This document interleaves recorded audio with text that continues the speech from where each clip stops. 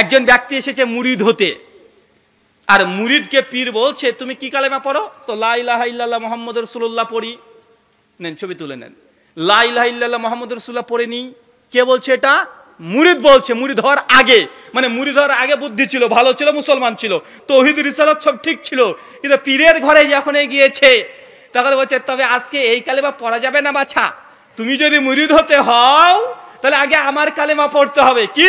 লা ইলাহা ইল্লাল্লাহ চিস্তি রাসূলুল্লাহ। বলে নাউযুবিল্লাহ মিন জালিক, আস্তাগফিরুল্লাহ। ভাই বলেন তো কাদিয়ানীরা কাফের কেন? কাদিয়ানীরা কাফের এই জন্যই যে আমাদের নবীর পরেও তারা গোলাম মির্জা আহমেদ কাদিয়ানীর কালেমা পড়ে এই জন্য। তো বাংলার যারা দেওবন্দি আর বেরলভী যারা আমাদের আহলেসকে বলে এরা ওয়াহাবি, এরা কালেমা মানে না, বেটা সিটিং বাস। তোমাদের বইয়ে কি এটা? কি ভাই এই কথা কালেমা যদি কেউ পড়ে ভাই সে মুসলিম থাকতে পারে না, সে কখনো মুসলিম থাকতে পারে না। তো এখন বলতে পারে দেখেন এটা তো আমাদের পীর সাহেব ওই মুরিদের ঈমান পরীক্ষা করার জন্য করেছে, তাকে প্রকৃত পড়াই নাই, কিন্তু তারপরেই লেখা আছে ওই ব্যক্তি বলার সাথে সাথেই কালেমার পরিবর্তে লা ইলাহা পাঠ করো, ওই ব্যক্তি বলার সাথে সাথেই বিনা দ্বিধায় তার নির্দেশ পালন করলেন। মানে যখনই পীর পড়তে বলেছে মুরিদও পড়ে দিয়েছে, এই বলদ পড়েও দিয়েছে। ভাই আপনাকে যদি এখন কেউ বলে যে ভাই কালেমা লা ইলাহা ইল্লাল্লাহ অমুক রাসূলুল্লাহ আপনি পড়বেন না, কোন বাংলার কোন মুসলমান পড়বে? নবীর জায়গায় অন্য কারো নাম দেবেন? আপনার বাপের নাম দেবেন? আবু বকরের নাম দেবেন? কেউ যদি বলে লা ইলাহা ইল্লাল্লাহ আবু বকর রাসূলুল্লাহ খলিফার প্রথম খলিফা, কেউ বলবে? কথা বলেন। আবু বকর রাদিয়াল্লাহু আনহু কোন সাহাবীর ঈমান পরীক্ষা করার জন্য তিনি কি নিজের নামে কালেমা পড়িয়েছেন? ওসমান পড়িয়েছেন, ওমর পড়িয়েছেন, আলী পড়িয়েছেন, 10,000 সাহাবী কেউ পড়েছেন, ইমাম আবু হানিফা পড়িয়েছেন, ইমাম শাফিঈ, ইমাম মালিক, ইমাম আহমদ ইবনে হাম্বল, ইমাম বুখারী, ইমাম মুসলিম, ইমাম আবু দাউদ, তিরমিজি, হাজার হাজার মুহাদ্দিস, লক্ষ লক্ষ সাহাবী, কেউ কোনো ব্যক্তির ঈমান পরীক্ষা করার জন্য নিজের নামে কালেমা পড়ালো না, কিন্তু আমাদের দেওবন্দি আর বেরলভীদের বড় আল্লাহর ওলি তিনি পড়াচ্ছেন। তো যারা বইটা ছাপাচ্ছে এই কথা তারা ছাপিয়েও তারা সমান গুনাহ করছে কি করছে না? কাদিয়ানীকে কাফের এই জন্যই তারা আমাদের নবীর পরে নবীর দাবিদার, আমাদের নবীর কালেমা পড়ার পরেও মির্জা আহমেদ কাদিয়ানীকে তার নবী মানে। এদের হালাত কেটে সেম, একই অবস্থা, একই অবস্থা। দেখালে অবাক হয়ে যাবেন। একটা কথা নিয়ে আমার উপরে খুব অভিযোগ চলছে, আমার একটা ভিডিওকে কাট করে নিয়েছে। আমি একটা আলোচনাতে বলেছিলাম ইহুদি জাতি ধ্বংসের কারণ, এটা আলোচনা করতে গিয়ে বলেছিলাম যে ইহুদিদের মধ্যে আল্লাহ সবচেয়ে বেশি নবী দিয়েছে। ইহুদিদের মধ্যে কোন কোন নবী এসেছে? আহলে কিতাব বনী ইসরাঈলের মধ্যে আমি তখন বলেছিলাম নবী দাউদ ইহুদি, সুলাইমান ইহুদি, ইয়াকুব ইহুদি। এটার সমালোচনা করছে না ভাইজান? এটা ভাইরালও করে দিয়েছে তারা। ভালো করেছে বাচ্চা, কারণ আমি তো বলেছি আমাকে কেউ যদি একটু বাঁশ দিয়ে যদি কমচি দিয়ে ঘোচা দেয় আমি গোটা বাঁশ ঝাড় তাকে ঢুকিয়ে দিই। আর আমি দিই আমার নিজের কথা থেকে নয়, আমি আগে বলেছি শত্রুপক্ষকে আঘাত করতে হবে শত্রুপক্ষের অস্ত্র দিয়েই। আব্দুর রাজ্জাক বিন ইউসুফের কালেমার প্রতি অভিযোগ করেছে বেটা তোমার ঘর থেকে বের করেছি, চিস্তি রাসূলুল্লাহ, ঠেকাও, জবাব দাও, কত বড় তোমার মুরিদ হয়েছে তুমি দেখাও। মুরিদ না বলদ, এরা হচ্ছে বলদ। আমাদের কিউটবর রেজাল করিম আবরার আমাদের শেখদের নামে এত নোংরা নোংরা কথা বলে, ওরকম ভাষা আমাদের আসবে না। চলেন আর একটা দেখায়। আমাকে ইহুদি এটা প্রমাণ করার চেষ্টা করছে। যে ব্যক্তি 10 থেকে 12টা ইহুদি খ্রিস্টানের সঙ্গে ডিবেট করলো, বিতর্ক করলো, নাস্তিকদের সঙ্গে বিতর্ক করলো, আমাকে আবার ইহুদি বানানোর চেষ্টা আছে না নাই? আচ্ছা আর একটা দেখেন, এখানে আর একটা দেখাবো। এই ইহুদির জবাবটা একটু দিয়ে দিই। এ বইটা হচ্ছে আশেকে মাসুক, এটা কিন্তু পীর সাহেবের ডাইরেক্ট হাতের লেখা বই। এটা কোন পীর বলেন তো ভাইজান? আপনাদের চরমনায় পীর সাহেবের বই, এটা আমার বই নয়। আমি বাংলাদেশ থেকে কিনেছি, আমি কিন্তু ভারতের মানুষ। এ বইয়ের সন্ধানে পেতামই না যদি বাংলাদেশে না আসতাম। আবার কষ্ট করে বইটা টাকা দিয়ে কিনেছে, আমার পকেটের টাকা, পীর সাহেব আমাকে গিফট করেনি।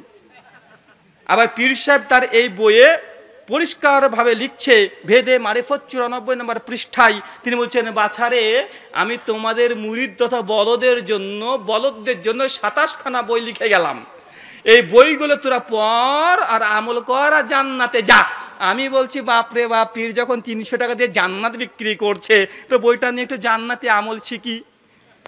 তখন পীর সাহেব বলছে বইটা পড়তে আর প্রচার করতে, তো আমি এখন পড়ছি আর প্রচার করছি, রাগ করবেন নাকি? উনি বেদে মারিফত পৃষ্ঠা নম্বর 94 এই কথাই লিখেছে। তার মধ্যে একটা বিখ্যাত বই, এই বইয়ের অংশ আশেকে মাসুক, কি নাম?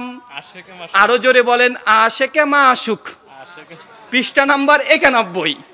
আমার কিউট বয়কে এটা গিফট করছে এবার, যে বাবা তোমার পীর চরমনাই সাহেব, তুমি আব্দুর রাজ্জাককে দাজ্জাল কাজ্জাব বলো, তোমার পীরের যে কথা লিখে রেখেছো এই কথার ওপরে ভিত্তি করে এ মুসলমান আছে না মুরতাদ হয়ে গেছে, এটা ফতোয়াটা দিয়ে যাবা। পড়বো? চলেন পড়ে নিই। পীর সাহেব ফানাফিল্লা হয়ে গেছে। ফানাফিল্লা মানে বলছেন জিকির করতে করতে করতে করতে করতে করতে একদম লুঙ্গি টুঙ্গি যখন খুলে যায় না, কে গাছের পরে উঠে পড়ে, মানে এরকম পরিস্থিতি হয়ে গেছে। বলছে মুরিদ কিভাবে মুরিদ হবে, মানে বলদ কিভাবে বলদ হবে, ওই ঘটনা বর্ণনা করছে। মানে মুরিদ হওয়ার পরে মানুষ কতটা বলদ হতে পারে এটা বুঝাচ্ছে। দেখেন আমি কিন্তু ডাইরেক্ট পড়ছি, কোনো শব্দের পরিবর্তন নেই। কি বলছে দেখেন, হে মুসলমান ভাই সকল, এখন আমার উপায় কি? পীর বলছে হে মুসলিম ভাই সকল, আমার এখন উপায় কি? আমি তো এখন আমাকে চিনি না। পীর এখন পীর নিজেকে চিনতে পারছে না, ফানাফিল্লা হয়ে গেছে বেটা, ও বাঁকা বিল্লা হয়ে গেছে। এরপর বলছে আমি যে কে তাহা জানিও না, আমি কি জাতি আমি তাও বুঝি না, আমি মুসলমান না ইহুদি না অগ্নি পূজারি তাহাও বলিতে পারি না। বেটা আমাকে বলে ইহুদি, বেটা পীর যে ইহুদি কি খ্রিস্টান কি মুসলমান ও নিজেই জানে না। রেজাল করিম আবরারের পীর ও ইহুদি ছিল না খ্রিস্টান ছিল না অগ্নি পূজারী মুশরিক ছিল, সে বলছে আমি নিজেই জানি না। অথচ আল্লাহ কোরআনে বলছে সূরা আলে ইমরান সূরা নম্বর 3 আয়াত নাম্বার 102, ইয়া আইয়ুহাল্লাযীনা আমানু, হে বিশ্বাসীগণ, আত্তাকুল্লাহ, আল্লাহকে ভয় করো, হাক্কা তুকাতিহি, যেমন ভাবে ভয় করা উচিত, ওয়ালা তামুতুন্না ইল্লা ওয়া আনতুম মুসলিমুন, তোমরা ততক্ষণ পীর মরো না যতক্ষণ না তুমি মুসলমান হও। পীর নিজেই জানে না সে মুসলিম হচ্ছে মরেছে না খ্রিস্টান না অগ্নি পূজারী, আমাকে আবার ইহুদি বলছো। যদি আমাকে না বলতে এটা এই মাসালাটা বের হতো না। আগে বলেছি যতই খোঁচা দেবা ততই কিন্তু পর্দা ফাঁস হয়ে যাবে। যদি আমাদের প্রতি এই কথা না বলতা যে আহলেসরা কালেমা মানে না, তো তোমাদের কালেমা আমি বের করতাম না, চিশতি রসুলুল্লাহ কালেমা বের করতাম না। এই আনিসুল আরওয়ার 146 নম্বর পৃষ্ঠায় এটা বের করতাম না। আরো ভয়ঙ্কর ভয়ঙ্কর কথা আছে, বললে মুসলমানের ইমানই থাকবে না। তো জাস্ট এই দুটো বলে গেলাম। তাই আহলে হাদিস আমরা যারা, আমরা চাপার জোরে কথা বলি না, আমরা চাপার জোরে কথা বলি না। কেন গোটা বাংলাদেশে আহলেসরা কম না বেশি? আমরা কম, আমরা সংখ্যায় কম, এই জন্য তারা দাপট দেখিয়ে যায়। আমরা দাপট দিয়ে কথা বলি না, আমরা কিসের জোরে কথা বলি? দলিলের জোরে কথা বলি। বারবার আমরা বলি আহলেসের একটা মাসালা দেখাতে হবে যে মাসালার পক্ষে না আল্লাহর কোরআন নেই, রসুলের হাদিস নেই, সাহাবীদের আমল নেই, তাবেনদের কোনো আমল নেই, অথবা ইজমা দ্বারা প্রমাণিত না। আজদের একটা মাসালা দেখাতে হবে। আজ পর্যন্ত পারবেন ইনশাআল্লাহ? সম্ভব নয়। আল্লাহ সুবহানাহু ওয়া তাআলা এই কথাগুলো তুমি বোঝার তৌফিক দান করো। সকলে পড়ি আল্লাহুম্মা আমিন। ভাই সকল, আমি কোনো ব্যক্তিকে আঘাত দিতে চাইলাম না, আমি শুধু মেসেজ কি দিতে চাইলাম বলেন তো ভাই? সত্য গ্রহণে বাধা। মূল সমস্যা কি জানেন? মূল সমস্যা হচ্ছে এটাই, পীর যদি শিখিয়ে দেয় মুরিদকে যে আমি যা বলবো তোকে তাই মানতে হবে, যদি চিশতি রসুলুল্লাহ পড়ে দিই এটাও মানতে হবে। ভাই বলুন তো, এরকম যদি মানুষের মস্তিষ্ক তৈরি করে ফেলে, এরা সত্য গ্রহণ গ্রহণ করবে? করবে না। তাই 3টে পয়েন্ট মনে রাখবেন। 1, সত্য গ্রহণে বাধা, অহংকার, হিংসা। 2, সংখ্যা বেশি অতএব এরাই সত্য, এ উসুল বাতিল। আর 3 নাম্বার, অন্ধ অনুসরণ। পীর সাহেব বলেছে, মুরব্বি বলেছে, আমার পীর এই অলৌকিক কাজ করেছে, অতএব এটাই হক। এই সবগুলো বাতিল পন্থা। এগুলো যাদের অন্তরে থাকবে তারা কখনো সত্য গ্রহণ করতে পারবে না। যেমনভাবে ইহুদিরা ধ্বংস হয়েছে, পথভ্রষ্ট হয়েছে, মুসলিম উম্মাহ ওইভাবে পথভ্রষ্ট হবে। নবী এই ভবিষ্যৎবাণীও করে গেছেন। সুনানে আবু দাউদ হাদিস নম্বর 4597 আল্লাহ নবী বলছেন যে ইহুদিদেরকে আমার মুসলিম উম্মাহ এমনভাবে অনুসরণ করবে, ইহুদিরা যদি ডান পায়ের জুতো বাম পায়ে পড়ে, আমার মুসলিম সম্প্রদায়ে এমন কিছু ব্যক্তি থাকবে ইহুদিদের মতো তাই করবে। তো এখন করছে কি করছে না? করছে। আল্লাহ আমার মুসলিম সম্প্রদায়কে তুমি হেদায়েতে কামেলা দান করো, সকলে পড়ি আল্লাহুম্মা আমিন। ভাই প্রশ্নোত্তর করবো না বাড়ি যাব? প্রশ্নোত্তর করব। যে আপনারা একজন পড়েন, একটু পানি দিন তো। আচ্ছা, একটা বিশেষ ঘোষণা, আমার লেখা বেশ কিছু বই আছে। এর আগে আমার লেখা বই কারা কারা পেয়েছেন একটু হাত তোলেন তো। পেয়েছেন অনেকেই। স্বামী সালাত আদায় করে না, অনেক অনুরোধ করার পরও সালাত আদায় করে না, এমত অবস্থায় স্ত্রীর করণীয় কি? স্ত্রী করণীয় কি না স্বামীর করণীয় কি? স্ত্রীর করণীয় কি? মানে স্বামী সালাত আদায় করে না? হ্যাঁ, স্ত্রী করে। মাশাআল্লাহ, এ তো ফেরাউনের ঘরে আসিয়া রে বাবা।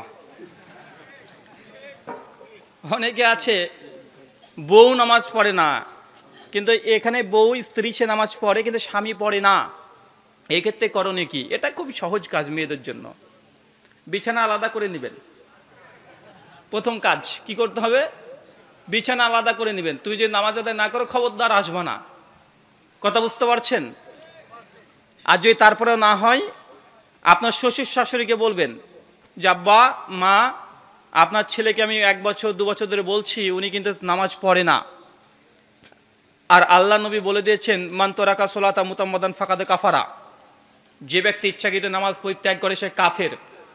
সেই মুসলিম, হাদিস না 253। অতএব ইসলামের সিদ্ধান্ত অনুযায়ী একজন বেনামাজি সজ্ঞানে যদি থাকে, তারপরে যদি সালাত আদায় না করে, তাহলে এই ব্যক্তি সে কুফরি করছে কন্টিনিউয়াসলি, প্রতিদিন। তো ইসলামের বিধান অনুযায়ী আমার সঙ্গে তার যায় না। আপনারা একটু সিদ্ধান্ত নেবেন আপনার ছেলের ব্যাপারে। কথা বুঝতে পারছেন? এইভাবে চলতে থাক। আর আল্লাহর কাছে প্রতিদিন আপনি স্ত্রী হিসেবে চোখের পানি ফেলেন। কি ফেলবেন? চোখের পানি ফেলেন, আল্লাহর কাছে দোয়া করতে থাকেন, দোয়া করতে থাকেন, দোয়া করতে থাকবেন। যদি আপনি দোয়াও করেন, আপনার স্বামীকে আপনি পরামর্শও দেন, আর সে যদি নামাজকে স্বীকার করে নেয় আর বলে যে দেখো আসলে নামাজ পড়া উচিত কিন্তু নামাজ পড়তে পারছি না, অজুহাত পেশ করে। কথা বুঝতে পারছেন কি বললাম? ও স্বীকার করছে না নামাজ পড়া উচিত, তবে অজুহাত পেশ করছে, হ্যাঁ পড়বো, কাল পড়বো, আবার মাঝে মাঝে জুমাতে পড়তে যায় বা মাগরিব মাঝে মাঝে পড়ে। এই কোয়ালিটির যদি ব্যক্তি হয় আর নামাজকে যদি স্বীকার করে নাই হুকুমকে, আর নিজে যে গুনাহ করছে স্বীকার করে নাই, তাহলে মোটামুটি সংসারটাকে রাখা যায়। আর যদি বলে দেখ তুমি কি বলো, নামাজ পড়বো, নামাজ পড়ে সবসময় তুমি বকো নামাজ পড়তে হবে, এই নামাজ পড়ে কে বড় লোক হলো, হ্যাঁ আরে মৌলবীকে দেখছো নামাজ পড়ে কিন্তু ঘুষ খাই, মানে এইভাবে যদি নামাজকে তুচ্ছ তাচ্ছিল্য করে, তাহলে এই স্বামীর সঙ্গে আর ঘর করা যাবে না। কি বললাম কথা বলেন? এক সলাতের ফারজিয়াতের হুকুমকে স্বীকার করে নিয়েছে, নিয়ে এখন আদায় করে না, সে অজুহাত পেশ করছে, এই ব্যক্তি ফাসিক। যে সলাতকে ইনকার করে দিয়েছে, অস্বীকার করে দিয়েছে, এই ব্যক্তি কাফের হয়ে গেছে। এর সঙ্গে বিবাহ বিচ্ছিন্ন করতে হবে। শুকরিয়া, জাযাকাল্লাহু খায়রান। জি, আপনি কি হিন্দু থেকে মুসলিম হয়েছেন? আমি কি হিন্দু থেকে মুসলিম হয়েছি? এটা আমার নামে জাল হাদিস। নবীর নামে জাল হাদিস আছে না ভাইজান? অনেক জাল হাদিস আছে। ঠিক এটা আমার ব্যাপারে জাল হাদিস। কিভাবে কিভাবে কে যে হাদিসটা তৈরি করলো রে বাবা, তো আমি তখনই ভাবি নবীর নামে কেন জাল হাদিস হবে না, আমার নামেও জাল হাদিস আছে। এই কথা সঠিক নয়। প্রথম কথা হচ্ছে শেষ করে দিই। শিক্ষাগত যোগ্যতা। জি, আমার বিশেষ সংক্ষিপ্ত ভাই তাহলে বলে দিই দুটো প্রশ্ন একসঙ্গে। আর একটা প্রশ্ন প্রায় আসে, এই প্রশ্ন না হলে আবার প্রশ্ন তো শেষ হয় না, আপনার নামের পরে ব্রাদার কেন? এটাও লেখা ছিল। এটা হচ্ছে না, থাকবে, ওটা ফরজ। এই প্রশ্নটা ফরজ। এই প্রশ্ন না হলে উত্তর প্রশ্ন তো শেষ হয় না। জি, তো চলেন একবারেই 7 খণ্ড রামায়ণ পড়ে শুনিয়ে দিই। প্রথম কথা হচ্ছে, আসলে আমার বাবা তিনি হিন্দু ছিলেন। বাবা বিয়ের আগেই তিনি মুসলিম হয়ে যান, মুসলিম মেয়েকে বিয়ে করেন, মানে আমার আম্মার সঙ্গে বিয়ে হয়, আর আমরা জন্মসূত্রে শেষ হচ্ছে মুসলিম।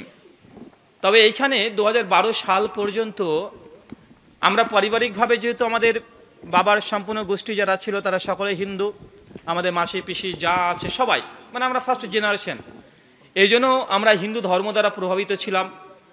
এমনকি 2012 পর্যন্ত আমি অষ্টমী, নবমী, দশমী এই 3টে দিন ঈদ, মানে শারদীয় পুজো, দুর্গা পুজো উপলক্ষে আমি আমার পরিবারে এই জামা প্যান্ট নিয়ে মণ্ডপ মণ্ডপ ঘুরে বেড়ানো সবগুলোই হয়েছে। আল্লাহ সুবহানাহু ওয়া তাআলা মাফ করুক। তো এটা 2012 পর্যন্ত হয়েছে, আমাদের বাড়ির সকলের সঙ্গে হয়েছে, ফ্যামিলির সঙ্গে।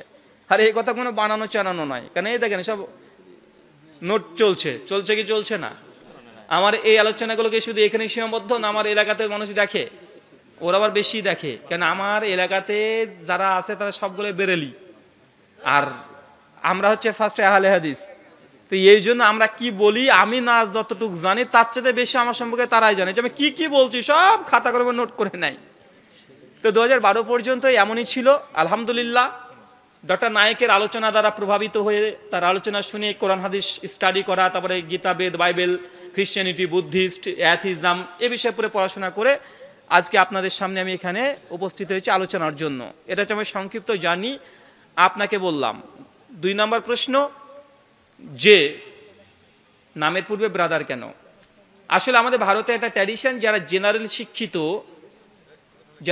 শিক্ষিত আলেম ডিগ্রি যারা করেনি, যারা জেনারেল থেকে দাওয়াতি কাজ করে, এদের নামের পূর্বে ব্রাদার এই লকবটা লাগানো হয়। এটা আমার নাম নয়, এটা হচ্ছে টাইটেল। কি বললাম, কথা বলেন? এটা হচ্ছে নাম নয়, এটা টাইটেল। যেন আপনাদের এলাকায় কি বলে, হুজুর, আলেম, মাওলানা, কারি, হাফেজ বলে না ভাইজান? তো আমাদের ওইখানে ভারতে যারা জেনারেল থেকে দাওয়াতি কাজ করে এবং ডক্টর জাকির নায়েকের মতো করে ডিবেট, আলোচনা, তুলনামূলক ধর্মতত্ত্ব নিয়ে গবেষণা করে, এদের নামের পূর্বে ব্রাদার শব্দ ব্যবহার করা হয়। আমি একা না, আরও অনেকজন আছে। ইউটিউবে যাবেন, লিখবেন ব্রাদার ইমরান, দেখবেন উনি ইংলিশ ভাষাতে ডিবেট বিতর্ক করে। আরেকজন আছে ব্রাদার সিরাজুর রহমান, উনি তেলেগু ভাষায় বিতর্ক ডিবেট আলোচনা করে। আরেকজন আছে ব্রাদার শফি, আরেকজন আছে ব্রাদার অ্যাডভোকেট ফাইজ সাইদ, আরেকজন আছে ব্রাদার নাসরুল্লাহ ইবনু মঈনুদ্দিন, আরেকজন আছে ব্রাদার MK আকবর। অনেক আছে, মানে এক কথা যারা জেনারেল শিক্ষিত তারা সকলেই ব্রাদার। তা অনেক ক্ষেত্রে দেখা যায় আমাদের কোনো শায়েখ দেখা যাচ্ছে কোনো ব্রাদার প্রসঙ্গে কোনো প্রশ্ন উত্তর দিয়েছে যে ব্রাদারদের আলোচনা শোনা যাবে না, বা ব্রাদাররা এই করেছে, বা ব্রাদার থেকে দূরে থাকবেন, ইলম নেওয়া যাবে না। আর তখন বাংলার মানুষ মনে করে ব্রাদার বলতে তো একজন সেটা রাহুল ভাই, তো মনে করে যে আমাকে মনে করছে। ভাই ব্রাদার বলতে শুধু আমি না, মানে জেনারেল যারা আছে তারা সকলেই ব্রাদার, কথা বুঝতে পারছেন? আর যারা আলেম আছে তারা আলেম, এটা ডিফারেন্ট। মানে দাওয়াতের কাজ যারা জেনারেল তাদের সকলের নাম হচ্ছে ব্রাদার। এটা মানে ভারতের ট্র্যাডিশন, সে অনুযায়ী কথা বলা হয়। শুক্রিয়া। আমি বিশ্বাস করি আল্লাহ আছে। আমি 5 ওয়াক্ত সালাত আদায় করি, কোরআন পড়ি, হাদিস মেনে চলার চেষ্টা করি, কিন্তু মাঝে মাঝে আল্লাহর প্রতি অবিশ্বাস আসে অন্তরে। আমি এই সন্দেহ থেকে বের হয়ে আসতে চাই। কিভাবে আমি চির বিশ্বাসী হব? সন্দেহ আসে, এখানে কিভাবে আপনি এই সন্দেহকে নিরসন করবেন? এটার একটাই ঔষধ, মেডিসিন, সেটা জ্ঞান। কি বললাম? জ্ঞান, ইলম দিয়ে অন্ধকারকে দূর করা হয়। জ্ঞান না থাকলে সন্দেহ আসবে, জ্ঞান যখনই চলে আসবে তখন আর সন্দেহ থাকবে না। আসলে প্রশ্ন কে করেছেন? হাত তোলেন তো ভাইজান, হাত তোলে। এই প্রশ্নটা কার? আরে ভাই মারবো না রে ভাই, কে? দেখতে পাচ্ছি না তো। লজ্জা পাচ্ছেন? জি, দেখতে পাই না। ও আচ্ছা, ঠিক আছে। মনে রাখবেন, সন্দেহ তখন আসে যখন আপনার এই বিষয়ে জ্ঞান নেই।